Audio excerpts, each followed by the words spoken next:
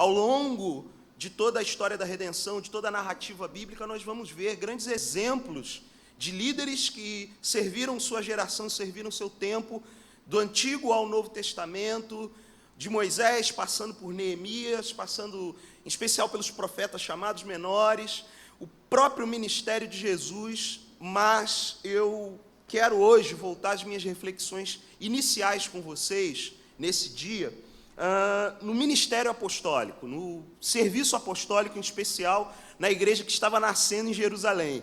Então, eu quero garantir a vocês que isso que eu estou conversando com vocês aqui hoje, que isso que eu vou compartilhar com vocês, não é daquelas mensagens que a gente pega, não é do arquivo aqui, desses dispositivozinhos, e tem um monte de coisa guardada aqui, que tem, pregador, pastor tem isso, mas eu não estou pegando uma dessas, eu realmente orei, pedi a Deus uma direção clara, estudei algo específico para esse encontro de pastores e líderes. Encontro, escola, é o quê? É o que significa?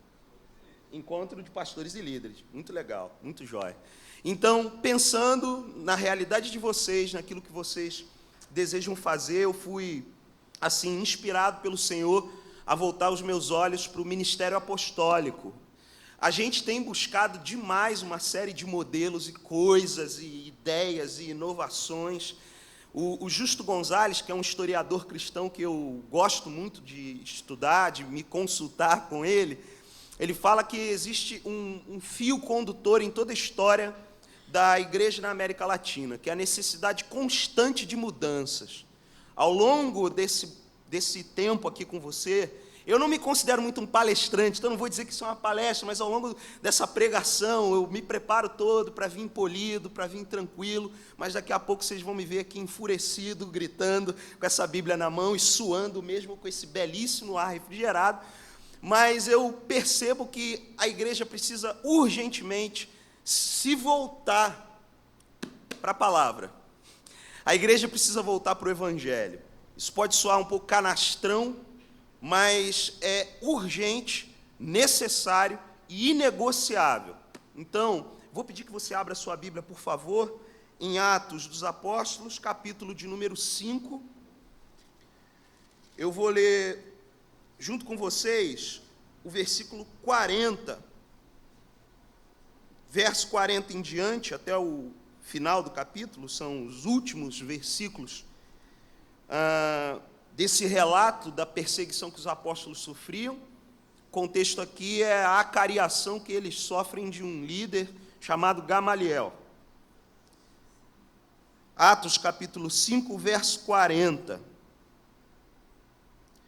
Eles foram convencidos pelo discurso de Gamaliel. Chamaram os apóstolos e mandaram açoitá-los. Depois, ordenaram-lhes que não falassem no nome de Jesus e os deixaram sair em liberdade. Os apóstolos saíram do sinédrio alegres por terem sido considerados dignos de serem humilhados por causa do nome.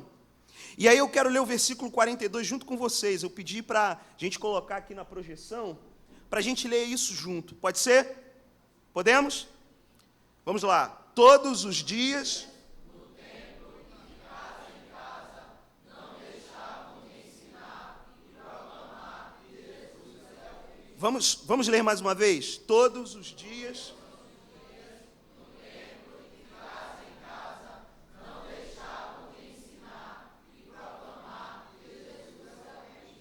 Amém. Feche seus olhos, vamos orar, por favor. Senhor, muito obrigado por esse tempo aqui na EPL, aqui na MPC Recife, nessa comunidade de fé, a Ponte, Senhor, nesse trabalho e, Pai, nesse tempo com esses irmãos e irmãs que têm buscado honrar o legado de Jesus, têm buscado servir essa cidade, essa região, esse estado, para a glória do Teu nome.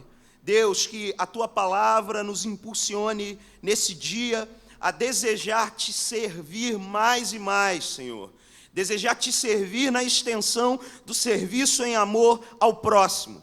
Então, ajuda-me, Deus, ajuda-me a ficar concentrado na Tua vontade aqui, na exposição desse texto, Senhor, tirando toda excentricidade, Pai, tudo aquilo que de fato não interessa, e que juntos possamos explorar esse tempo com profundidade, Senhor, porém com simplicidade. Nos ajuda, me ajuda, Deus, que juntos possamos estar com os nossos olhos fitos na Tua palavra, fitos em Ti, com nossos corações assim levados em submissão à Tua santa vontade.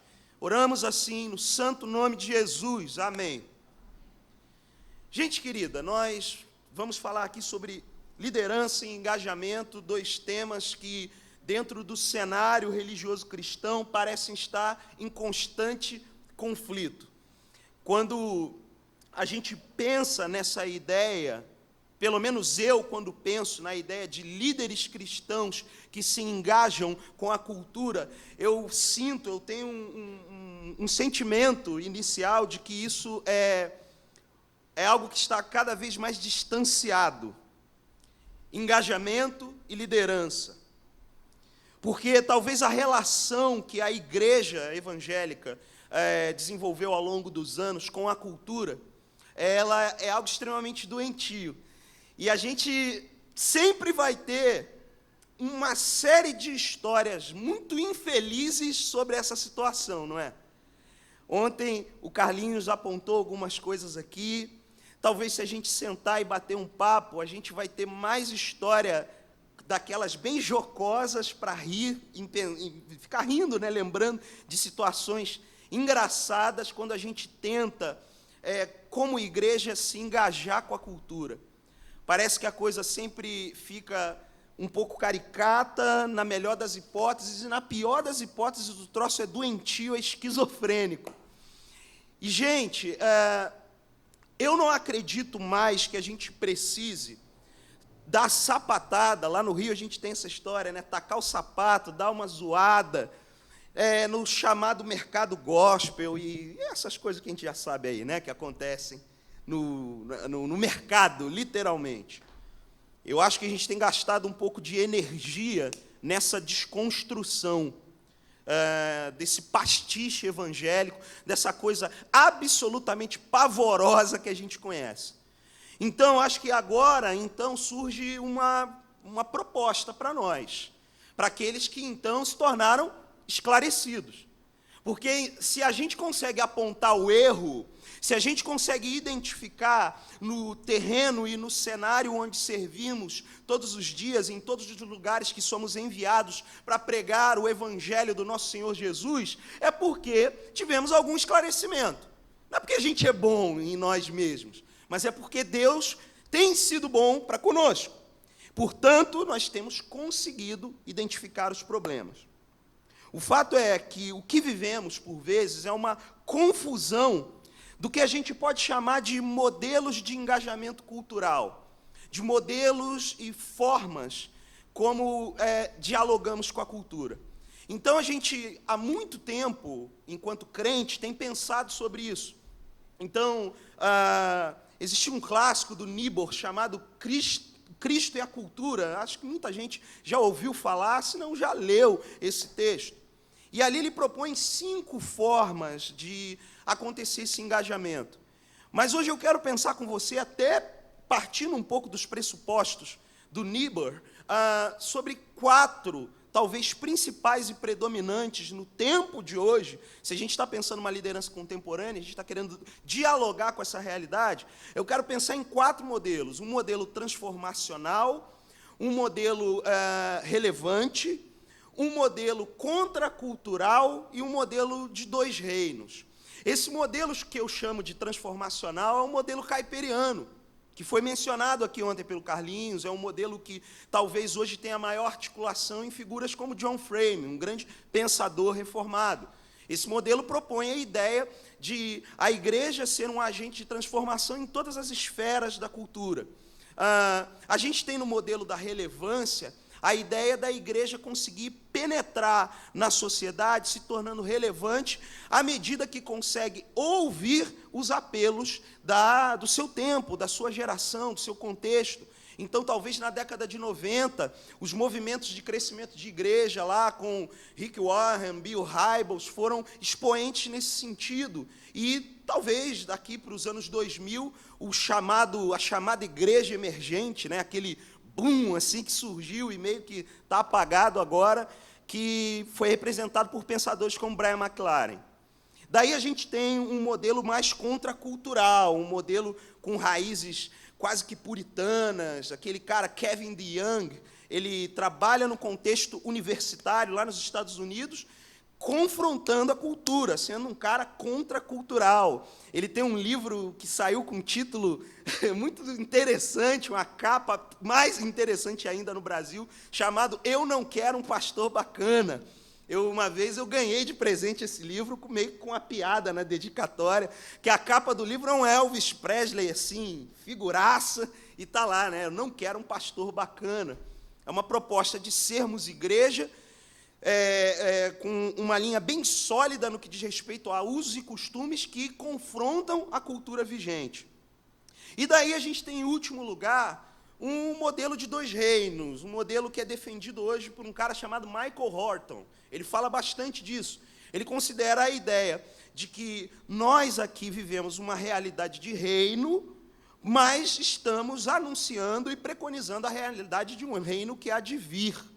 Então, ainda outros pensadores também trabalham em torno disso, uma galera chamada novos monásticos, um novo monasticismo, tem pensado isso também. Alguns desses modelos dialogam entre si, outros confrontam, e eu nem quero dizer aqui que eles são absolutamente errados, que tem um melhor do que o outro, talvez alguns, e a gente falou aqui de muito estrangeiro. E nós, aqui no Brasil, costumamos a pensar e reproduzir tais modelos. Eu separei esses 4 por considerar que eles são replicados invariavelmente no nosso contexto. Então, eu não quero trazer uma negação, uma invalidação desses modelos, mas eu quero pensar junto contigo sobre uma raiz mais necessária para nós. E aí eu quero provocar a gente no sentido de compreender que essa distância, que talvez esse abismo mesmo que exista entre servos de Deus interagindo com a realidade ao nosso redor, com a cultura, seja muito grande. Eu observo, considero e levo isso muito a sério. E eu acredito que isso se dá pela falta ou negligência ou esquecimento do nosso DNA apostólico. E aí a palavra apostólico, ela pode gerar um comichão em alguns dos nossos ouvidos aqui. Eu não sei, mas me parece que a maioria dos irmãos e irmãs são vinculados à tradição histórica reformada. É isso mesmo? A maioria aqui, presbiterianos e pá, é isso? É ou não é? Estou certo ou errado? Então, eu sou Vineyard, mas fica tranquilo que não vai vir Toronto, riso, nada desse tipo aqui, fiquem em paz. Mas, gente, o fato é que algumas expressões, elas causam um certo temor e tremor em alguns ouvidos. Por exemplo, lá no Rio, quando eu falo de discipulado, tem gente que se treme no banco. Já começa a ter, assim, uma coisa, suar frio, quando pensa na ideia de discipulado, por terem experiências negativas. A nossa comunidade de fé, ela recebe muito desigrejado, muito ex-crente, muita gente decepcionada com a igreja, e que passaram por modelos totalmente abusivos nesse aspecto, no tocante a fazer discípulos. E me parece que, sobretudo no pensamento reformado em geral, a ideia apostólica ela fica um pouco distanciada da nossa realidade. Mas eu quero provocar em nós a necessidade de nos voltarmos a um caráter apostólico da igreja. E aí, deixando de lado todas as figuraças que botam o apóstolo antes do seu primeiro nome. Deixa esses caras para lá. E vamos ficar no que a palavra nos orienta sobre sermos um povo, de fato, apostólico. A ideia é lançar os olhos nessa narrativa bíblica de Lucas, considerando aquilo que Paulo fala em Efésios capítulo 2, verso 20. O que é o fundamento da igreja lá em Efésios 2, 20? Os apóstolos e os profetas. Mas o que me parece é que fica quase que predominante, até vinculado ao nosso modelo de igreja, com uma forte ênfase no profetismo, a termos a nossa fundamentação ministerial, a nossa fundação de serviço, a nossa fundamentação de serviço, baseada no ministério profético, no ministério da pregação, do púlpito. Daí a gente vai pensar em ferramentas que trabalhem essa lógica da comunicação, ok? Porém, o fundamento da igreja também passa pelo princípio apostólico. E é a partir desse DNA apostólico, gente, que eu quero considerar com vocês uma metodologia. Quero pensar numa breve metodologia que vai se basear, e eu vou pedir que fique, por favor, na projeção, o versículo 42 de Atos, capítulo 5. Eu vou ficar com você aqui essa manhã, pensando nisso que foi a base de onde os apóstolos e, consequentemente, a igreja, em especial a partir de Jerusalém, começou a considerar quando, onde e como eles deveriam servir. Eu acredito que essas três perguntas, quando, onde e como, devem forjar em nós, enquanto líderes, uma metodologia, um rhodos, lá do grego. Na verdade, não é só metodologia, um caminho. Eu gosto de pensar mais por esse aspecto, e lá na etimologia da palavra, para buscar o espírito por trás do conceito. Qual é, então, esse caminho mais possível, mais factível, mais coerente com a Bíblia, de sermos líderes servos? A gente já sabe que essa ideia de líder está totalmente vinculado à ideia de servir. Os apóstolos compreenderam isso, tendo talvez aquilo que Jacques Ellul conseguiu articular muito bem ao considerar como inutilidade libertadora para agir. Quando Ellul fala disso, esse pensador francês, ele fala, desde os profetas até os apóstolos, que eles tinham um absoluto senso de inutilidade. E que esse senso de inutilidade, na verdade, era bom, era uma bênção para que eles fossem livres para agir, onde, quando, onde e como Deus quisesse. Então, eu quero, com essa construção, pensar isso junto com vocês. O texto está aqui, eu quero que, se você estiver anotando, ok, beleza, eu acho que depois a gente pode passar essas notas para o PDF no site da MPC Recife ou na fanpage, mas eu quero que a gente fixe os nossos olhos nesses versículos. Então, se você quiser, fique aí na sua Bíblia, se você quiser, acompanhe aqui, mas eu quero fazer primeiro a reflexão à luz dessa primeira pergunta: quando devemos agir como servos para o nosso tempo? E por que, afinal de contas, os apóstolos vivenciaram o que vivenciaram e foram quem foram? O texto fala, em Atos 5, 42, que todos os dias, vamos tentar dividir esse texto, esse versículo, em três partes. Todos os dias, repita comigo, todos os dias.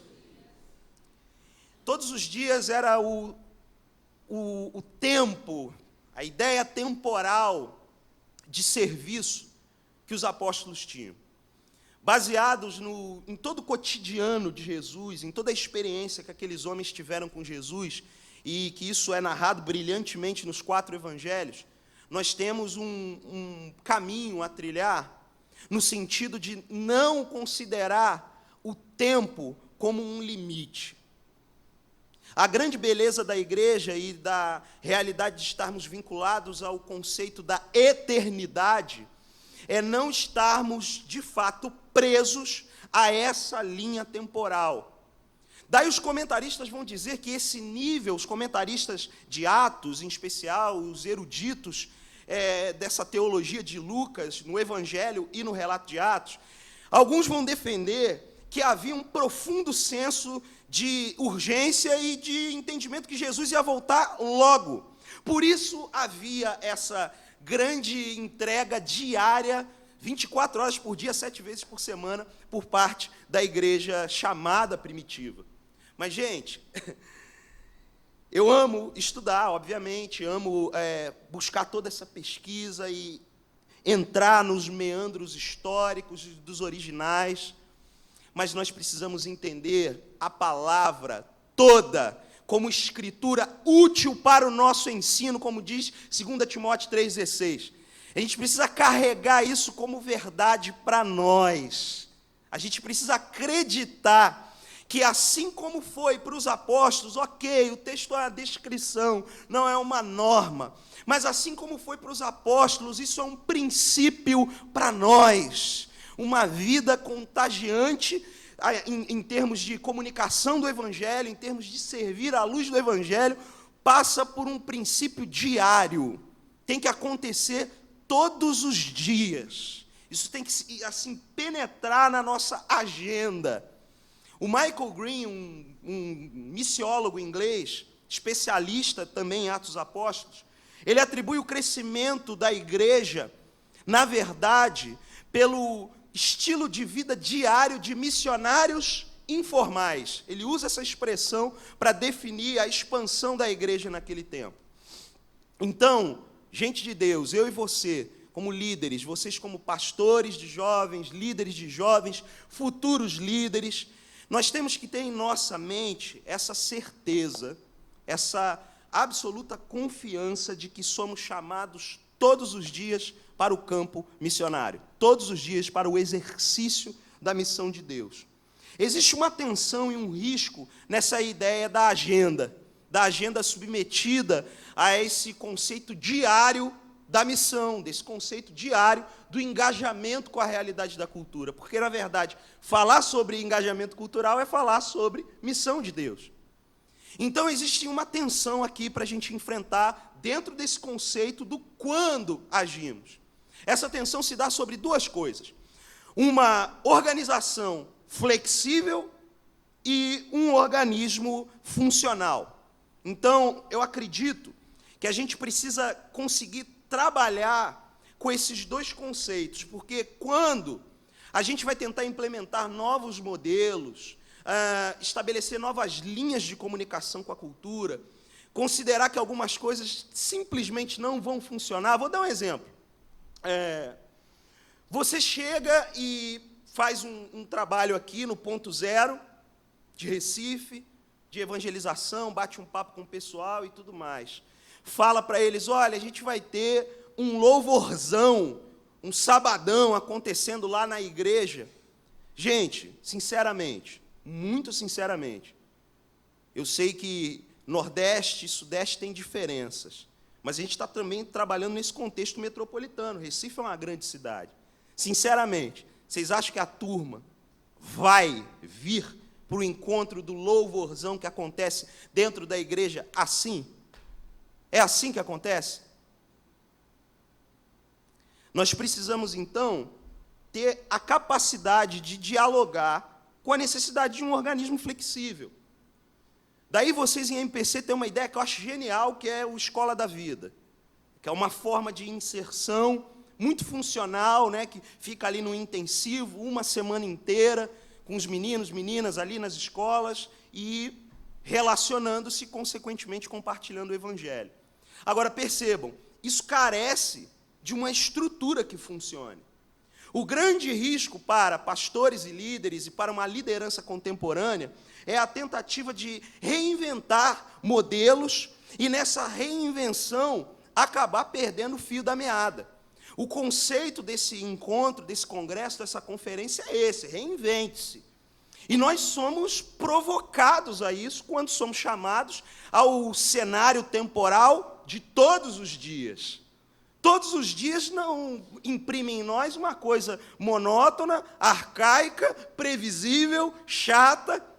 A gente vai precisar todos os dias, literalmente, repensar uma forma de dialogarmos com a nossa cultura, uma forma de nos engajarmos com a nossa cultura. Então, considerar o organismo funcional, um organismo que não é apenas uma bravata. Tipo, tem muita gente que parte desse princípio da igreja orgânica e fica, né? Não, nós somos a igreja. Eu acho que só lá no Rio que tem esse negócio, né? Nós somos a igreja. Preciso ir, não. Amo Jesus, mas olha, igreja estou fora. Gente, nós carecemos então de desenvolver organismos que funcionem, de sermos como igreja, gente de verdade, mas gente de verdade que não fica apenas na filosofia da ideia. O que me parece é que nessa tentativa de reinvenção, e isso é um perigo, há riscos na ideia de se reinventar, e isso precisa ser deixado claro para nós, e um dos riscos é perder a nossa identidade como filhos de Deus, a nossa identidade como discípulos de Jesus. Em nome de sermos autênticos como uma nova geração de crentes, em nome de termos um diálogo vigoroso com a cultura, a gente esquece a nossa raiz. A gente esquece princípios, sim. E por mais que isso possa vir a ferir os nossos ouvidos e a nossa mentalidade, portanto, sofisticada, de tantas ideias e articulações que fazemos, ferir alguns usos e costumes que ofendem o nosso Deus. Porque isso acontece também. Por isso que eu falo que talvez aqueles modelos aqui da introdução que eu apontei, não existem todos absolutamente certos nem absolutamente errados. Alguns deles, por mais duros que soem, por mais religiosos, com aspas bem grandes que nos pareçam, merecem nossa atenção, porque talvez vão nos corrigir. Eu tenho conversado com o Sandro do meu interesse de ir para Washington, D.C., nos Estados Unidos, conhecer o Ministério 9 Marcas, do pastor Mark Dever, que é uma parada super tradicional, cara. Não tem, em termos eclesiológicos, absolutamente quase nada a ver com o que eu faço. Estou aqui tentando ser moderado, absolutamente quase nada a ver. Mas eu acho que tem pouca coisa a ver, vou ser mais generoso. É tudo que a igreja parece que está contextualizada nos vídeos que eu vi, sei lá, com o início do século passado, talvez. Não tem, cara, não tem dimmer para luz, nem deve saber o que é isso. Não vi guitarra elétrica, não tem. E mesmo assim eu vou lá. Eu preciso ter um organismo funcional que dialogue com uma organização flexível e haja essa possibilidade do diálogo para que todos os dias não seja uma agenda pautada pelo tempo presente, para que todos os dias consiga fazer a leitura de quem vamos atingir, que não vai ser uma pessoa que vai ser atingida para aquele momento em especial, mas que vai conseguir caminhar conosco até a eternidade, com o Senhor Jesus. Segunda coisa que eu quero observar com você, segundo eixo aqui de articulação, é onde servimos e nos engajamos com a nossa cultura. Onde isso acontece? Onde isso aconteceu na igreja em Jerusalém? Onde isso aconteceu em Atos dos Apóstolos? E qual a reverberação e a forma de aplicarmos isso para nós hoje? O texto fala, no templo e de casa em casa. Você pode falar isso, por favor? No templo e de casa em casa. Então, ao longo dos evangelhos, a gente vê a interação da vida pública de Jesus nesse cenário. Nas grandes cidades, e o Dr. Tim Keller talvez é um cara que explore isso com a maior profundidade nesse tempo, e de forma mais pulverizada e conhecida, ele diz que as grandes cidades manifestam justamente a necessidade da redescoberta desse lugar de encontro com o sagrado e do lugar de encontro com as famílias, ou seja, no templo e de casa em casa. E esse era o cenário onde Jesus estabelecia suas interações mais habituais. É claro que eu e você, nessa identificação, vamos ter que dialogar com outros cenários, até à luz da perspectiva da agenda, do todos os dias com ele. Mas existe a necessidade de termos uma valorização do que fazemos no nosso ambiente chamado templo, no que fazemos no nosso ambiente de igreja, e no que fazemos na nossa vida nos lares. A vida nos lares precisa ser redescoberta. A vida doméstica precisa ser revitalizada. A gente precisa voltar a valorizar o que acontece dentro de casa. A gente precisa voltar a valorizar a realidade do uns aos outros. A gente precisa valorizar a realidade da mesa posta. São coisas que estão abandonadas entre nós. E se a gente quer se engajar com a cultura de uma forma efetiva, a gente tem que pensar sobre isso. Por vezes, não vai ser no ambiente do debate, na academia, nos grandes cenários de inflexão cultural, que a gente vai conseguir trazer resposta para as pessoas. É, por vezes, em ambientes onde o sagrado se manifesta, sim, porque há um interesse em espiritualidade na opinião pública, a despeito da loucura da igreja, a despeito dos mandos e desmandos da igreja, sim, existe ainda gente que quer igreja. Na minha realidade no Rio de Janeiro, tentando servir a minha geração, tentando servir o meu tempo, eu tenho visto isso. Eu tenho visto pessoas que querem igreja. O cara quer ir, o não crente quer a igreja. Independente das maluquices que acontecem. Sim, existem pessoas que querem. Porque talvez nesse ambiente elas permitem-se uma vulnerabilidade emocional capaz de trazer resposta para elas. E outro ambiente também onde isso acontece é nos nossos lares. Você quer desarmar um cara e botar uma mesa farta diante dele. Você desarma qualquer tipo de fortaleza mental e possibilita a comunicação do Evangelho, possibilita a realidade dessa integração que Jesus tinha com a vida das pessoas. E, afinal de contas, é isso que a gente quer, não é?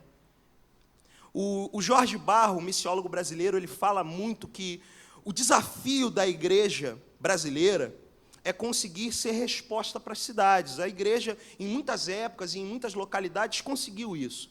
E a igreja brasileira já teve seus momentos, mas talvez nunca teve uma grande expressão, daí ser um desafio, no sentido de ser resposta para as cidades, de conseguir responder aos anseios desse tempo. E, irmãos e irmãs, nós temos essa resposta. Não em nós mesmos, mas em Jesus. Pelo fato de estarmos em Cristo, nós temos essa resposta nesses locais, nas nossas cidades. Nós temos essa resposta. Quero explorar isso na minha segunda plenária mais tarde, falando de santidade na cidade. Terceira e última coisa aqui, dentro desse versículo 42. O texto fala que o como, a forma, a encarnação desse tempo e desse local se dava desse jeito. Vamos ler a última parte. Não deixavam de ensinar e pregar que Jesus é o Cristo. Mais uma vez, não deixavam de ensinar e pregar que Jesus é o Cristo. E aqui, gente, nós chegamos no clímax da passagem e na conclusão desse compartilhar aqui com vocês. O que é inegociável, o que costumo falar que está na mão fechada, eu acredito, gente, que dentro da agenda do todos os dias e do onde, dentro dessa realidade, onde vamos interagir, templo e casa, eu vou explorar, como falei mais tarde, a gente ainda consegue ter a mão aberta. Mas nisso aqui, gente, a mão é fechada. Nisso aqui não abrimos mão. Não deixavam de ensinar e pregar que Jesus é o Cristo. Não deixavam a didaquê, não deixavam o querigma, não deixavam um ambiente de diálogo e de possibilidade didática de formar pessoas, não deixavam de anunciar em praça pública que Jesus é o Cristo, que Jesus é aquele que cumpre a lei. Ao longo dos evangelhos, ele foi enérgico em dizer que ele veio como cumprimento da lei. O evangelista João, no capítulo 1, versículo 14, diz que Jesus é a palavra, o verbo encarnado, cheio de graça e verdade. Essa é a realidade que para nós é inegociável. Esse conteúdo é aquele que não devemos deixar de propagar, se a gente quer ser de fato uma liderança que serve e se engaja com a sua cultura no seu tempo. Existe uma tensão aqui. A tensão que nós encontramos é a entre sermos gente legalista, e aí é o grande perigo de líderes para jovens, e sermos gente relativista. Eu acho que aqui a gente tem o maior cabo de guerra, a maior luta. O que acontece é que quando levantamos as nossas vozes sobre a ideia de sermos servos de Deus, até a palavra servo de Deus, ela está um pouco fora de uso, né? Não fala mais isso. É coisa dos crentes mais antigos, dos cabeça branca. Eu sou um servo de Deus. Olha, eis aí o servo de Deus. Essa história que tem. A gente não fala mais. Porque a nossa sociedade consumista tem na figura do servo a uma pessoa, né, um pouco, na melhor das hipóteses, está um pouco fora de eixo, né? Mas a gente tem que considerar que estamos, sim, a serviço. E existe uma linha muito tênue desse serviço se tornar uma coisa manipuladora, forçada, legalista, que encontra mais mérito no que faz, que é meritocrático, que não se aliança e não se aferra à obra de Cristo na cruz. Então, esse é o perigo. Mas, por outro lado, nós temos esse risco do relativismo. Esse risco de o que eu chamo de um teologismo amoroso cafona. Uma coisa absolutamente brega, um amorzinho fake, de araque, de isopor, de mentirinha, que tem sido pregado por alguns líderes que são ditos intelectuais. E essa rapaziada, sim, eu acredito que a gente tem que acertar. Essa rapaziada, eu acho que a gente tem que gastar mais energia nessa moçada do que nas maluquice gospel. Esse a gente já sabe que não serve. Mas tem uma galera aí que arranha os tetos da classe média que, na boa, precisa ser questionada com o seu relativismo, com a sua ideia de um Jesus que parece que está o tempo todo numa realidade fora da nossa. Um Jesus que não confronta, um Jesus que não cumpre a lei, um falso Jesus. E a gente precisa estar de olhos abertos para esse relativismo que, de alguma forma, tem se espalhado no meio das nossas comunidades. Eu acredito que esse tipo de relativismo gera atenção no ponto anterior que eu falei. Gera uma tensão na hora de agirmos, tanto na realidade do templo, na realidade da casa, no dia a dia de igreja. Uma ideia ou de subadaptarmos ou de valorizarmos demais, de, na verdade, supervalorizarmos o conceito de onde trabalhamos. A gente acaba ou considerando a cidade, o nosso cenário de atuação, como algo fora do nosso contexto pelo legalismo, ou a gente acaba supervalorizando e colocando quase que um relacionamento idólatra no nosso ambiente com a nossa cidade, em nome de uma motivação boa. A motivação original é boa, gente. É servir, é alcançar o perdido, mas ela está passiva do erro. Ela está passiva do erro quando Cristo não é o alvo central daquilo que fazemos. Quando o final da história não aponta para Jesus. O grande missiólogo falecido Leslie Newbegin fala que Cristo e sua morte reconciliadora são vitais para a missão cristã. Cristo e sua morte reconciliadora são vitais para a missão. Gente, não podemos abrir mão de Jesus. Não podemos abrir mão de Cristo no centro da nossa mensagem, todos os dias, no templo e de casa em casa. Não devemos parar de ensinar isso, não devemos parar de pregar isso, inclusive entre nós. Cristo precisa ser pregado entre evangélicos. O evangelho precisa ser pregado para os evangélicos. Tem muita bagunça, tem muita frustração, tem muita coisa que nos causa vergonha, sabe por quê? Porque a gente acha que a pessoa veio para a comunidade, fez uma profissão de fé, passou por um curso de batismo, por um catecúmeno, seja lá o nome que a gente dá, e ok, chegou, beleza, parou de pregar o evangelho, e agora a gente vai ficar aqui articulando, teologando, e para de pregar o evangelho, e a igreja torna-se uma maluquice. A gente precisa voltar para a nossa raiz, pura, simples, objetiva, porém poderosa e abundante em vida e verdade para esse tempo e para nós.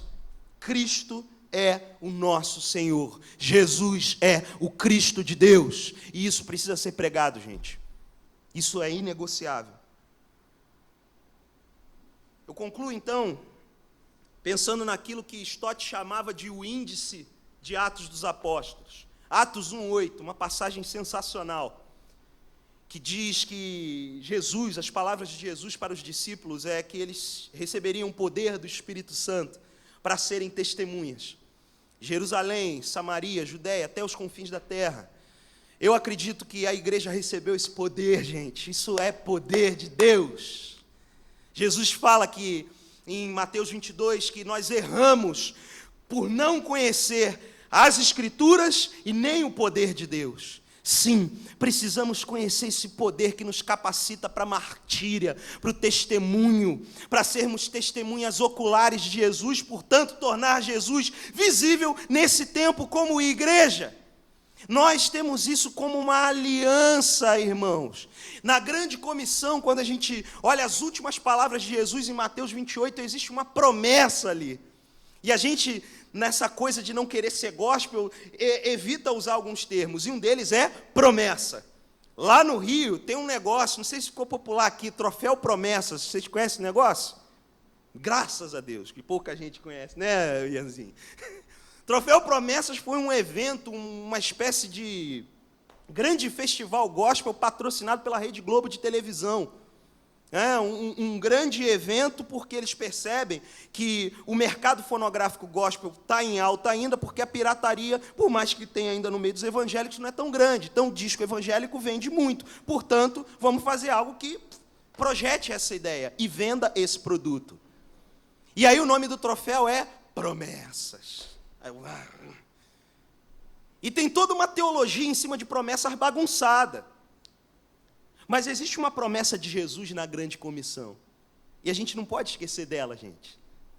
A gente não pode esquecer que quando Jesus envia os seus discípulos, e na verdade naquele envio nós estamos indo como discípulos, fruto desse legado histórico e espiritual, nós estamos sendo enviados também. Naquele envio existe uma promessa.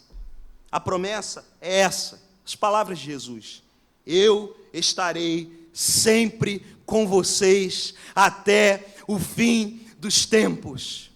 Eu estarei, Jesus declara, sempre com vocês até o fim dos tempos. Essa é a promessa do nosso Senhor para nós. Essa é a realidade bíblica do nosso Senhor para mim, para você, para nós como servos dele nesse tempo e nessa geração. É à luz dessa promessa, gente, que nós encontramos 3 aplicativos para a nossa vivência. O primeiro deles, precisamos considerar a urgência temporal todos os dias.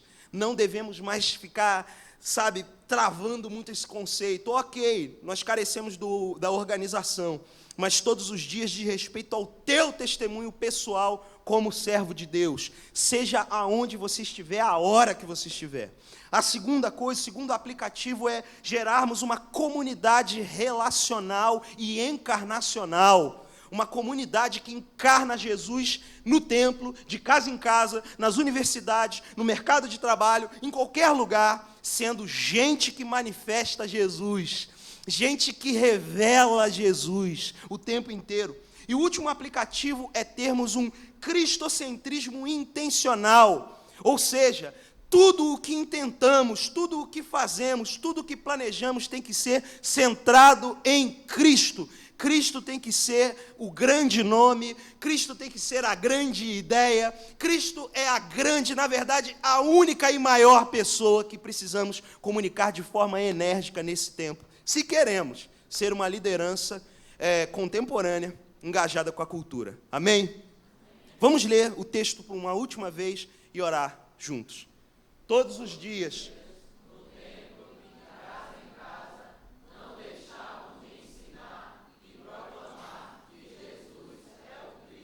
Amém.